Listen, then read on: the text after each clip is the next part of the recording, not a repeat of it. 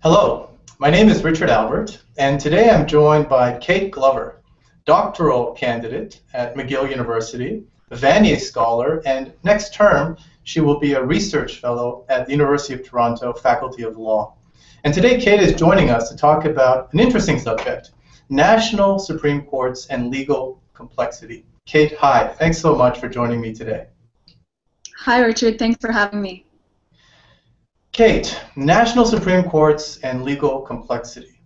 What is it about national Supreme Courts that interests you? Why this particular subject? And first, maybe you might explain what you mean by legal complexity. Sure. So the questions right now that I'm looking at are, why do Supreme Courts matter? And in particular, why do they matter in the conditions of social diversity and legal complexity in which we live, right? And so another way to kind of ask that is, why do we care about Supreme Courts, and in what ways should we care, given the fact that we live in a world that is complex and diverse? And in particular, for my research right now, I'm looking at these questions through an in-depth case study of the Supreme Court of Canada.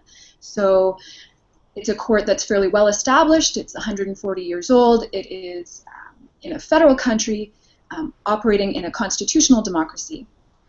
And so that's kind of the setup of the questions that I'm looking at right now.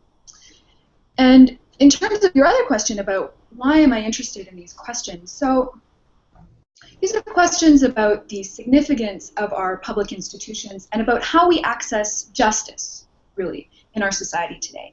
And when it comes to the Supreme Court of Canada at least, I think that the answer to this question is often taken for granted, right? It's often assumed that the Supreme Court is significant because it is at the top of the judicial pyramid, right? It is the final judicial word in any particular case, and so that makes it significant.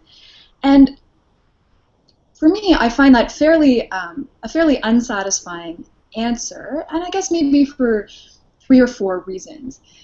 The first is that in Canada, at least, the idea that the Supreme Court is simply significant because it is the last judicial word doesn't really reflect the Canadian experience with respect to the Supreme Court. So when the Supreme Court was first created, it wasn't thought to be that significant, right? It took a long time for the court to really gain that attachment in public discourse and for people to view it as this institution of national importance.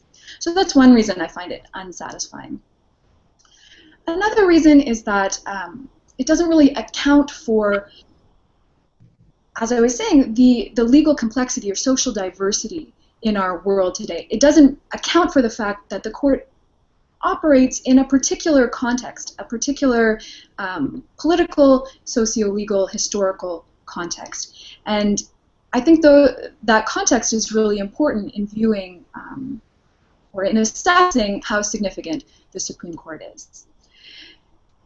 I find it also unsatisfying because it doesn't really say anything about justice, right? About how we access justice, how we seek justice from the court, and whether or not the court itself is a source of justice. And finally, I think it's unsatisfying because it seems to be attached to a fairly one-dimensional idea of law, or at least that idea of law as, a one-way direction from the state imposed on the individual. And I think that's not really how we think about law a lot now. And so because I was, so dissatisfied, even just on an intuitive level at the outset of the research, that's what really compelled me to look at these questions. I don't like taking things for granted, and so this seems like a fairly fundamental question when we think about the Supreme Court, and so I'm really interested in kind of mining it to its depths. And so you have these inquiries that you want to pursue that are prompted by your dissatisfaction with the dominant narratives. And so where do you start? How do you begin to address these difficult, vexing, important questions? Right, great. So for me, the first question is how do we how did we come to think of the Supreme Court as important, and what do we think is important about it? And so where I started is looking, just as you said, at the dominant narratives that exist right now in Canada. Because I'm looking at the Supreme Court, I'm looking mainly at in Canada. And so I started by looking at the modern written record about the court and trying to figure out what are the dominant narratives there that explain why we think the court is important. Because as I said, it hasn't always been thought to be significant. So I was interested in how that evolution kind of came up, or how we explain, what stories we tell ourselves about how it came to be significant. And if you look across the dominant narrative, or if you look across the written record, there is you know, a dominant narrative about how the court came to be important, and it's kind of a, you know, it is this evolutionary process. And it's said to take, you know, I guess there are 4 kind of turning points in the court's evolution towards becoming an institution of national significance. It starts, I'm not going to go through a long, detailed history of the court, but just in terms of the main turning points, it starts in 1875 when the court itself was created. And the one thing to know about the Canadian Supreme Court is that it is not a mandatory institution within the Canadian constitutional framework, or at least it wasn't in 1867, right? Canadian Confederation happened in 1867, and the Constitution authorized the federal government to create something like the Supreme Court, but it didn't require it. And so at the time of Confederation, the court didn't exist, and it didn't exist until 8 years later in 1875. And so that, of course, the creation of the court itself is the first, you know, very important milestone in the court's significance, in the court's trajectory to becoming significant. And so the next turning point in the narrative didn't happen for 75 years, right? In 1949, the Supreme Court finally became the final appellate court for Canada. Before 1949, cases could be appealed to the Privy Council in England, and many cases from the Supreme Court were. And so the court itself wasn't the final court in Canada. And even it was possible to go directly from provincial courts directly to the Privy Council and just skip over the Supreme Court altogether. And so the court kind of, you know, toiled as not being thought as very significant, and, you know, people were bypassing it altogether. And so in 1949, that's when all appeals to the Privy Council in England finally ended. And so the court gained some traction to be the final court in Canada. The next step in the evolution is in 1975. And the 70s were kind of a watershed, or thought to be a watershed decade for the court, and the Prime Minister at the time had a particular vision for what he wanted for the court, and was appointing judges that he thought filled that vision, or could take that vision and turn it into fruition. And also, in 1975, there was an amendment to the Supreme Court Act, which of course is the act which creates the court. And this sounds like a fairly boring procedural amendment, but it actually was quite symbolically important and institutionally important. And the change was that the court gained control over its docket. So before 1975, the court really didn't have control over its docket. A lot of cases, as of right, could be appealed to the court as long as they met a very low monetary threshold.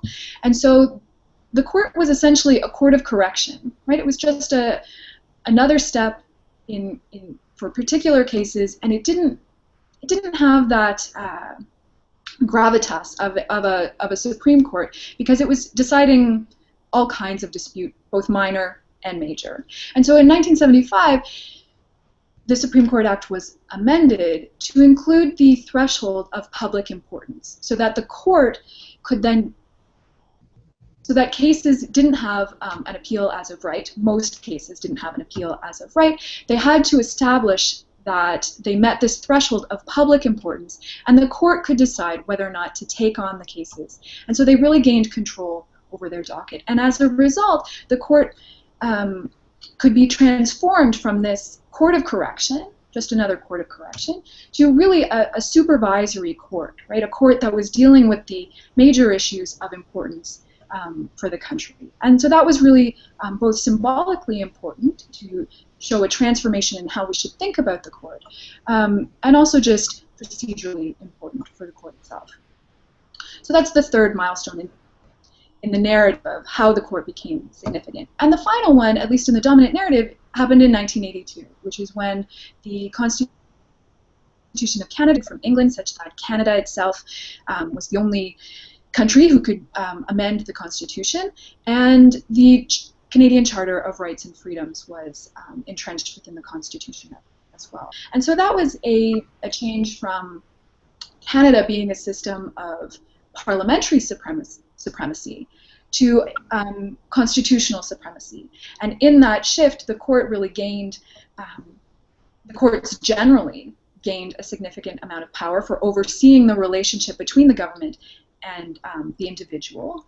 And then the Supreme Court itself, as the final court, gained a fair bit of power, gained a power in that move as well. And I think, those are the four milestones in the narrative itself. But I think this year, I think we have probably a new milestone, maybe not a turning point, but another milestone that came up in a case that was at the court this year. And actually in your previous interview with Mike Powell, he spoke about the Supreme Court Act reference. And so in that case, there were a lot of things going on, but one of the things was that the court said the Supreme Court of Canada is now an essential institution within the Canadian constitutional architecture, right? And so whereas the court isn't mandated in the Constitution, now the court has said the court's existence is an essential part of the Constitution, it is entrenched, and not only is the court's existence entrenched, but its essential features are entrenched as well. And so that any changes to the architecture of the court, certainly the court's existence and its essential features, have to go through the formal constitutional amendment process. And so that's a milestone if we're thinking in terms of how the court how it's thought that the court became significant. This is a big turning point. And so that evolution, that dominant narrative about how the court came to be significant is kind of the starting point of what I'm looking at. That's how it came to be significant. And then the other dominant narrative that I was concerned with is what is thought to be significant about the court, right? Again, if we look across the written record, what do people really latch onto? What are people really digging deep into? And I think the things that people tend to be looking into are fairly familiar, I would think, for people with strong Supreme Courts. People are interested in the judges, right? Their legacies, the way they're appointed to the bench. And Mike Powell spoke about that in Canada as well. It's kind of something that's up in the air right now, how the judges should be appointed to the court. People are very interested, of course, in the judgments, right? The outcomes and the doctrine of the court's jurisprudence. They're very interested in the judicial decision-making process, how that works, what influences the decision-making process, whether those influences are ideological or personal or cultural, whatever those might be, procedural, institutional, all of those things. And the final kind of thing that people tend to really focus on is the institutional power of the court itself vis-a-vis the other branches of government. So dialogue theory is a big theme in Canada with respect to what is important about the court and kind of figuring out the relationship between the Supreme Court and the legislative and executive branches of government. So those are the two dominant narratives that I've been looking at as a starting point for my research in thinking about how the Supreme Court of Canada matters, really, or how it's significant right now. In just a moment, Kate, I want to ask you about what you think is missing from these dominant narratives. But first, I want to follow up on your discussion of these dominant narratives because it it occurs to me that the fourth dominant narrative could have been different had the notwithstanding clause been deployed more often than it has been. Absolutely, and actually, that's a perfect segue into what's missing from the dominant narrative, actually, because I think one of the things that is really missing from these dominant narratives, an important thing, is thinking about what isn't part of the dominant narrative, right, and why. And that has two kind of dimensions. One is how things could have been if, as you say, the notwithstanding clause was used more often, or if the Constitution mandated the existence of the Supreme Court, or if there was an early amendment to the Supreme Court Act proposed where the the Privy Council wouldn't have been the court of last resort for Canada. If that had come in the 19th century when it was first proposed, would that have changed the dominant narrative? And I think that's really missing from the discourse right now about the Supreme Court, because I think those are really interesting questions, to think about how contingent our understanding of the Supreme Court and its significance is. The other part, I said there were two kind of strands of that, the idea of things being missing from the dominant narrative, or at least thinking about alternatives. I think that there isn't really a strong counter-narrative, right? Because there are other things that have happened in the Supreme Court's history that maybe should be considered more significant, but they aren't, or the full significance of them, maybe we just don't know yet. One might be when Bertha Wilson was first appointed, right? When so the composition of the Supreme Court bench, and the first woman who was appointed, Bertha Wilson, and so there has been some consideration of that. But should that be factored into the dominant narrative in terms of the milestones, right? Should that be seen as one of the milestones in the court's trajectory of becoming important? And so I think we haven't really thought enough about what those alternative turning points might be, the counter-narrative to that. I think the subject that you're writing and researching about, it invites comparative perspectives, and I want to get to that near the end of our discussion. It just occurs to me, just for example, in 1949, when the Supreme Court of Canada finally became the court of last resort, there's something very similar happening right now in the Caribbean. Grenada, Trinidad, other countries are themselves exploring the possibility of delinking themselves from the Judicial Committee of the Privy Council. So that might be an interesting subject for someone out there to think about. And just to follow up one more point, sure. It strikes me that in addition to the Bertha Wilson nomination, there might be something to say about the Supreme Court of Canada choosing not to adopt something very similar to the U.S. Supreme Court's doctrine of a political question.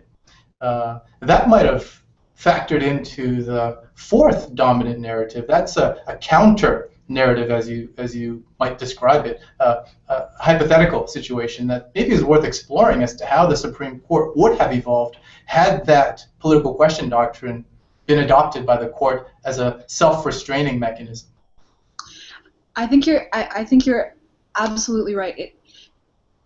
Both in terms of the comparative aspect on both of your examples, but also in terms of really thinking through these possible counter-narratives and the effect that it would have had not only on the significance of the court, the way we perceive the court to be significant, but also on the development of Canadian law generally, right? And the impact it has on the public.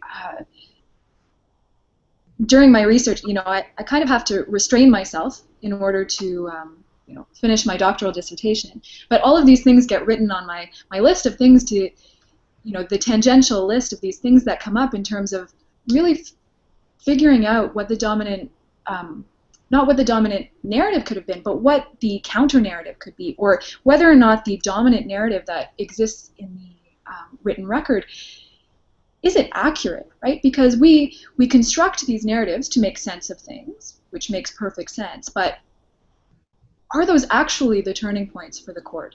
And what alternatives could have been there? It's really fascinating. So the subject, let me just remind our viewers, is national Supreme Courts and legal complexity. So have the things that we've been talking about for the past, let's say, 2 or 3 questions, is that what you mean by legal complexity?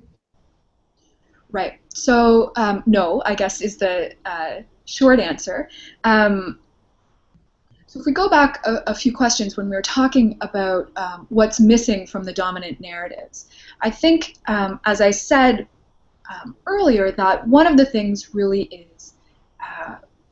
that's really missing is this idea of legal complexity. And so what I'm talking about in terms of legal complexity really, it captures 2 kind of issues, right? One is simply in terms of number, right? That there is a lot of law existing right now. And the other is diversity. So the idea that in any given situation, all of the law that exists could prescribe different things, right? Could pull people in different directions. And also the idea of diversity, social diversity, right? That the way that people understand law, the way that they construct their arguments in law, the way that they make their decisions in law is really influenced by personal circumstance, by experience, by culture, by tradition, all of these things that factor into it. And so diversity is an element of legal complexity as well. And I guess I can give just a few examples. I think that legal complexity can be seen in terms of a lot of law, right? So in any given situation, there may be a number of types of law that are applying. And I don't just mean categories of law like constitutional law, criminal law, environmental law, although that is certainly true. But I'm talking about there might be international law rules, there might be transnational rules, there might be national rules. In Canada, there might be provincial and federal law rules. There might be municipal law that applies. There could be, in a situation for an individual, there might be religious laws that apply. There could be rules that come from the family. There could be rules of what's called everyday law. There could be law that is created by private contract, right? So all of these things weigh on an individual who is acting in any given situation. There are also, so that's a lot of law. There are also a lot of institutions, right? A lot of legal institutions that exist alongside the Supreme Court. So there are domestic courts, there are international bodies, the ICC, the ICJ, the WTO, all of these decision-making bodies that exist. There are arbitration bodies and administrative bodies, councils, in indigenous legal orders there might be elder councils or other ways of or institutions for deciding, making legal decisions, and then so there's a lot of law, a lot of institutions, and a lot of processes for deciding, for making legal decisions, right? Adjudication, arbitration, mediation, contract, voting, chants, all of these things are different ways of making decisions. And so all of that, when we think about the Supreme Court operating in these conditions, I think that the significance of the court has to factor this complexity in. And one of the other things that's missing from the dominant narrative flows from this, and that is the perspective of the individual, right? I think I've mentioned that a lot kind of in my answers, which is what is the significance of the Supreme Court from the perspective of the individual, especially when in any given situation that individual could be feeling the pushes and pulls of all of these various different types of law. Does what the Supreme Court say, does that really have an impact? Or how much of an impact does it have? How much should it have? And how much does that depend on the particular situation, the context, the person's background and traditions, all of these things. And so for me, one of the important things that is missing is not only the complexity, but also the perspective of the individual in thinking through the significance of the Supreme Court.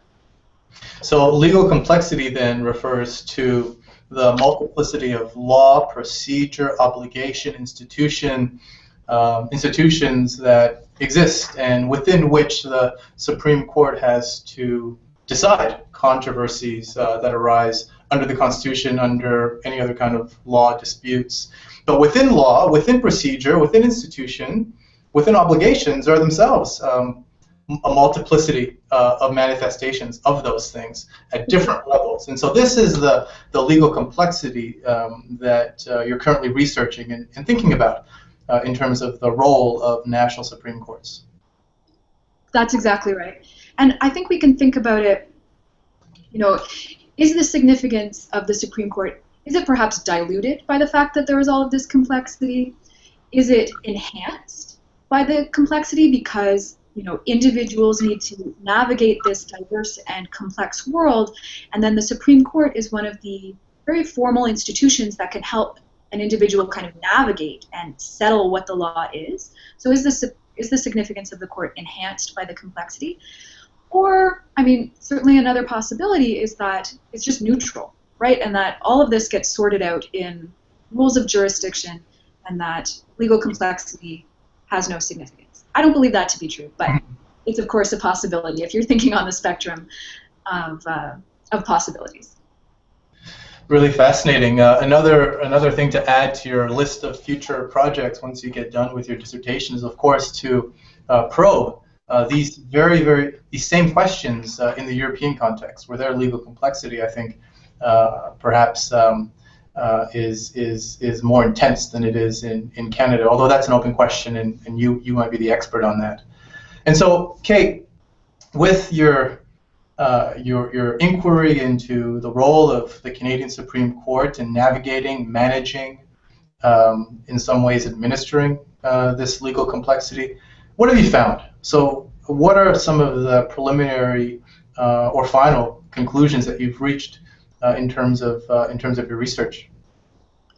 Great. So my research is ongoing, of course. I'm sure it will be a lifetime project in that sense, but thinking in terms of the types of questions that need to be addressed and where they kind of lead, I draw on some of the theorists who work with legal pluralism and constitutional design and institutional ordering, who are really interested not only in pluralism in the sense of a multiplicity of orders, but also interested in how legal orders interact, right? And what happens when there is that interaction and how we can deal with that, essentially.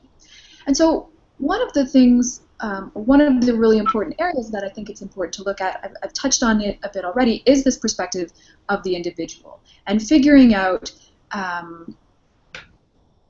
how, if the court is just one voice amongst many, right, one legal voice amongst many that an individual relies on when they're making any decision or figuring out how to act in their everyday life, how can the court itself make its judgments as meaningful as possible to individuals? And I think one of the things that it needs to do is to consider the complexity in the lives of the parties before them, right? So consider the legal complexity, because without doing that, I think there's a bigger chance of a Supreme Court judgment not really resonating for the people that it is supposed to apply to, right? And so if the court can, in some way, factor in or be sensitive to the complexity that is informing the dispute that is before them, that's informing the parties, the way that the parties make their arguments, and the way that the parties frame the issue, if the court can take those things into account, then I think there is a greater chance of the judgment being meaningful to the people on the ground. A second avenue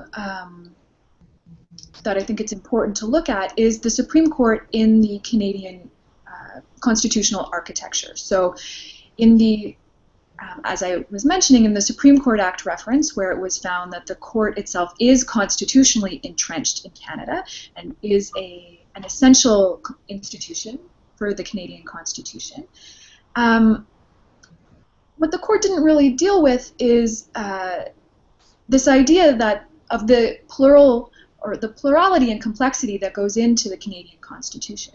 And so I think we need to think about how complexity factors into or informs the idea that the Supreme Court itself is essential within the Canadian constitutional framework. And I think it is, but we need to think about that in terms of this complexity, right? And the Canadian Constitution, like any constitution, has a number of different orders and traditions that it has to accommodate within its architecture. In Canada, the most obvious ones, we have common law and civil law and indigenous law in Canada, and then there are also, if we're thinking about the dimensions of the Constitution, written dimensions and unwritten dimensions, as well as political and legal dimensions. And I think we need to think about the court's significance in terms of that, that framework, that architecture more broadly.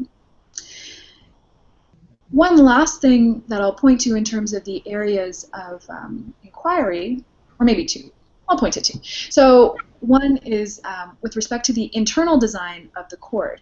If we're thinking about legal complexity and how we access justice in a legally complex world, I think one of the other things that is missing from the dominant narrative is thinking about the internal design of the court and whether or not that is suited to what we expect and what we need of the court. And so that's a question that comes after kind of figuring out what it is we need from the court, what we're expecting from it. And then we need to think about how internally it should be operating in order to fulfill the roles that it has within the Canadian constitutional architecture. And one of the things in terms of that is also to think about the court has its own kind of everyday law, right? The way that an institution or an organization operates, it has its own informal orders within it, its own kind of law, right? And this would be the same is true at a university or a hospital. Procedures develop and rules, and a normative order develops within that institution. And so I think we need to be looking at it and thinking about how that everyday law of the court, how that fits with the court's role as an adjudicative body and as a body from which we seek justice. The final thing that I'll point to, just in terms of one of the avenues that comes out of my research, is rethinking or potentially reframing some of the questions that have been on the agenda for court watchers for quite some time. So here I'm talking about issues like how should we appoint judges to the court, right? So this is something in Canada that just politically has caused us some trouble over time. And so I think that this idea of complexity and the legal pluralist kind of outlook on law can offer some considerations to think about that, and also about the diversity of the bench, the characteristics of judges that we might be looking for. These have been on the Court Watchers agenda for quite some time, and I think legal pluralism has something to offer there.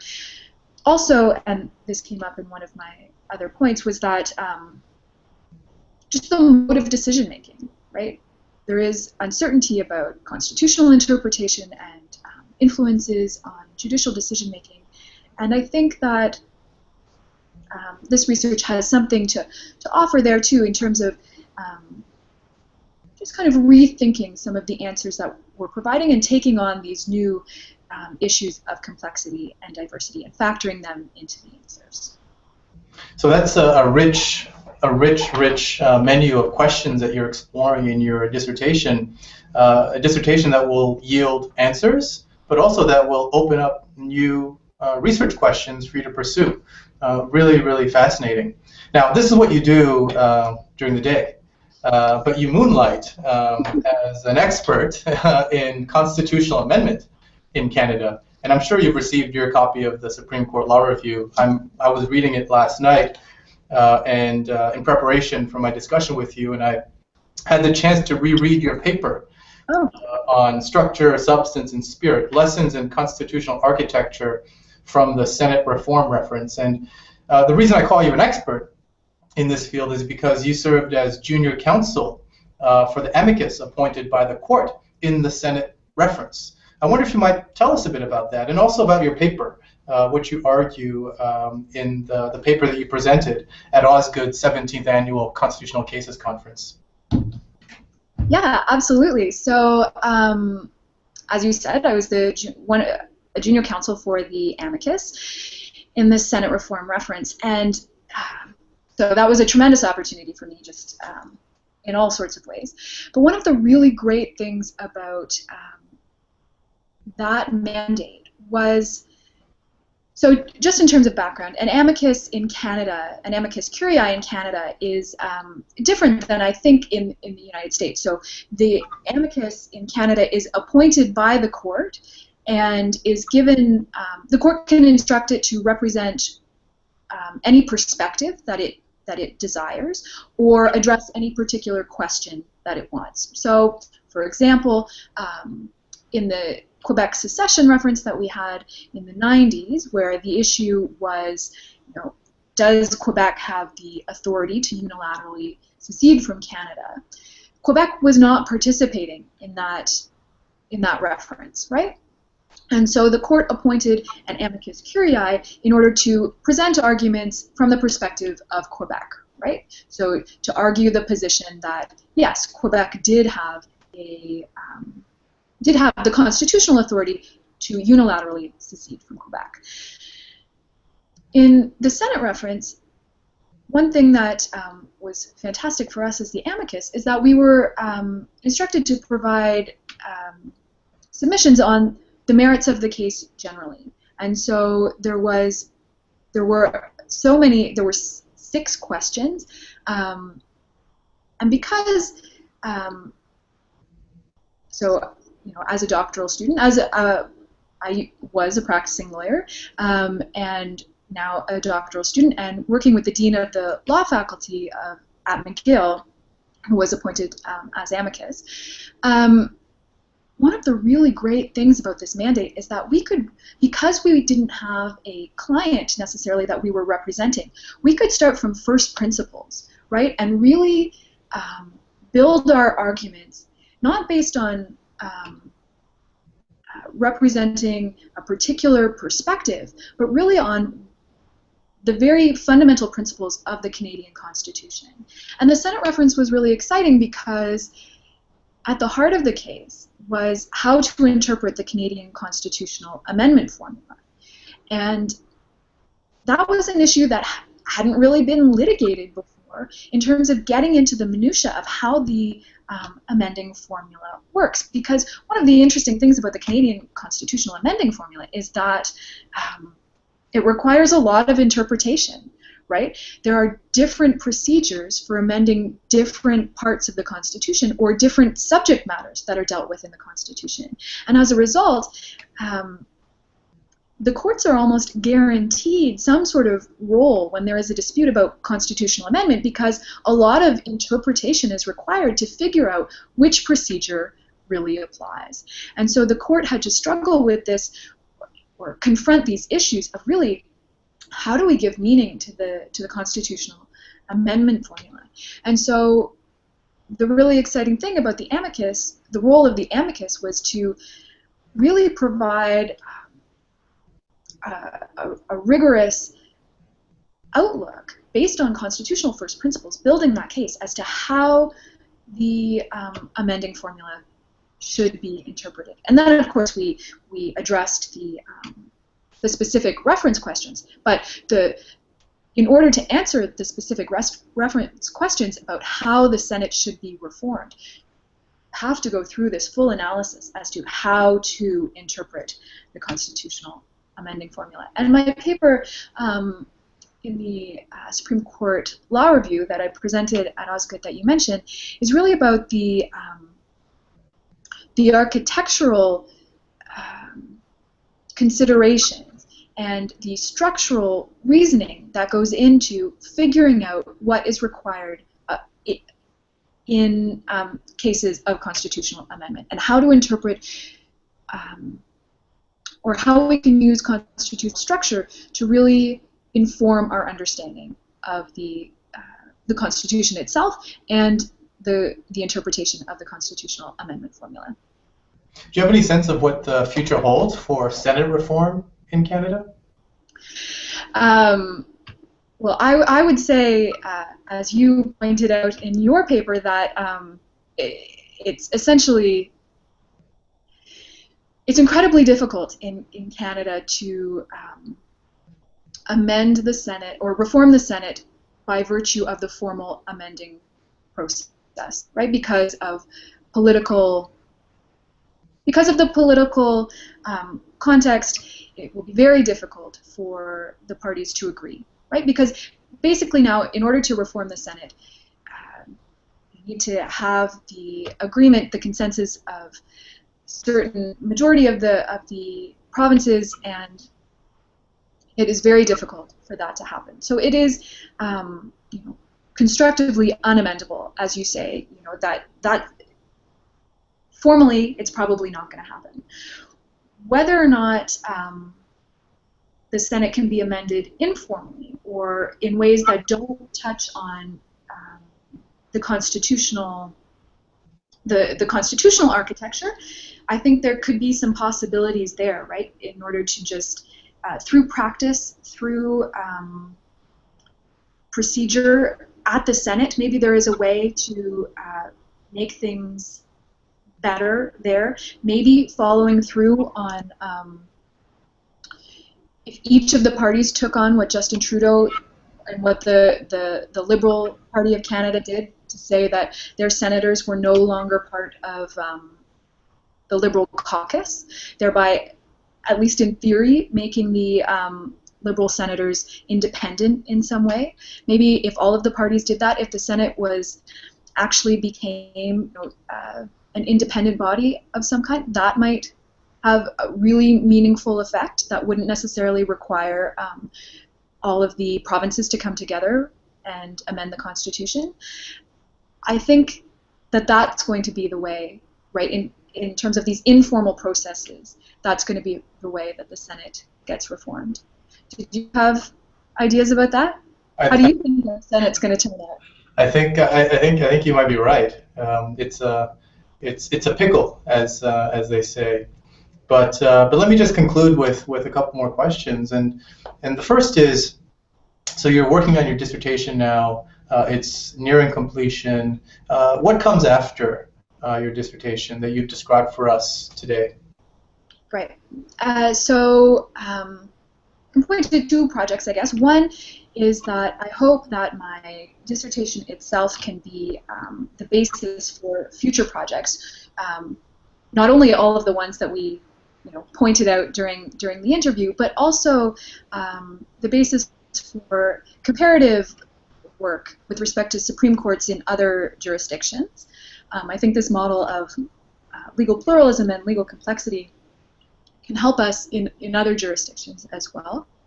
And also thinking about this comparatively, not only with Supreme Courts, but with other institutions, right? So I think the considerations might be different in terms of what gets worked into the analysis. But I think we can think about our other public institutions in terms of how significant they are and how they matter in legally complex conditions.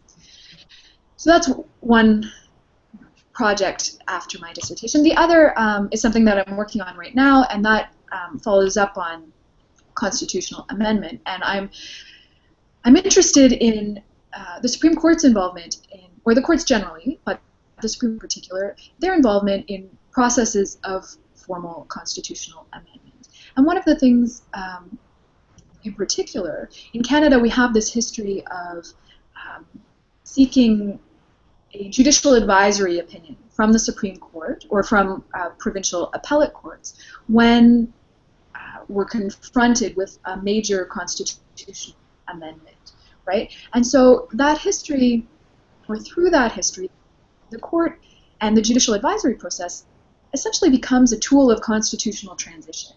And so I'm interested in looking at the legitimacy of that and the desirability of that, both for the court and in terms of the development of the Constitution. And so right now that is focusing on building the Canadian case for that. But certainly going forward, I'm interested in figuring out whether or not the Canadian experience with judicial advisory procedures generally, and specifically in the context of constitutional amendment, whether or not that has any comparative value for other jurisdictions in terms of constitutional design. Well, that's an exciting project, and I'm personally looking forward to that one, as I am to the other things that you're working on, of course. One more question before we go. Yes. When did you figure out that this is what I want to do? I'm interested in studying constitutional theory with some comparative elements, with some historical elements, some sociological elements. When did you say, this is what I want to do? Right. So that's a hard question. I'd say that probably a lot of the people around me knew that this is the type of question that I would be looking at, just because of the things that I talk about and the things that I'm interested in, the things that I latch onto. But for me, I mean, I did my master's at Cambridge in comparative law and international law, but I guess it didn't really solidify until I started my doctoral studies. And the beginning of a doctoral program, I think, should be forcing you to really figure out the things that matter to you and the types of questions that you're really interested in pursuing. And so for me, in the early parts of my doctoral work, I was at McGill, which is it's a wonderful institution, and it's very interested in looking at law in its comparative dimension. So it's kind of in the bones of the institution that you look at law comparatively, and they have a transsystemic program in how they think about law and how they teach law. And so just being at McGill and really just diving into that, it's impossible to get away from it, but in a really good way. And then my doctoral supervisor, Rod McDonald, who is a very interesting and comparative outlook on law. He really forced me, to think about the types of questions that I was interested in, and forced me to see and really weigh how you can't escape comparison. In order to understand, even if all you want to do is understand your own law, you have to understand that in relation to what's happening in other jurisdictions, in other institutions, what the other possibilities are. And so he was really important and significant for me in terms of shaping the trajectory of my research. A brilliant man, Rod McDonald, a gentleman, and also a gentle man. And you're at a wonderful place to be doing comparative law, probably one of the best, if not the best place in the world for the study of comparative law. So it's understandable how that influence now is seen, felt, heard through your scholarship.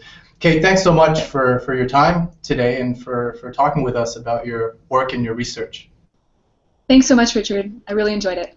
Okay, bye-bye. Bye.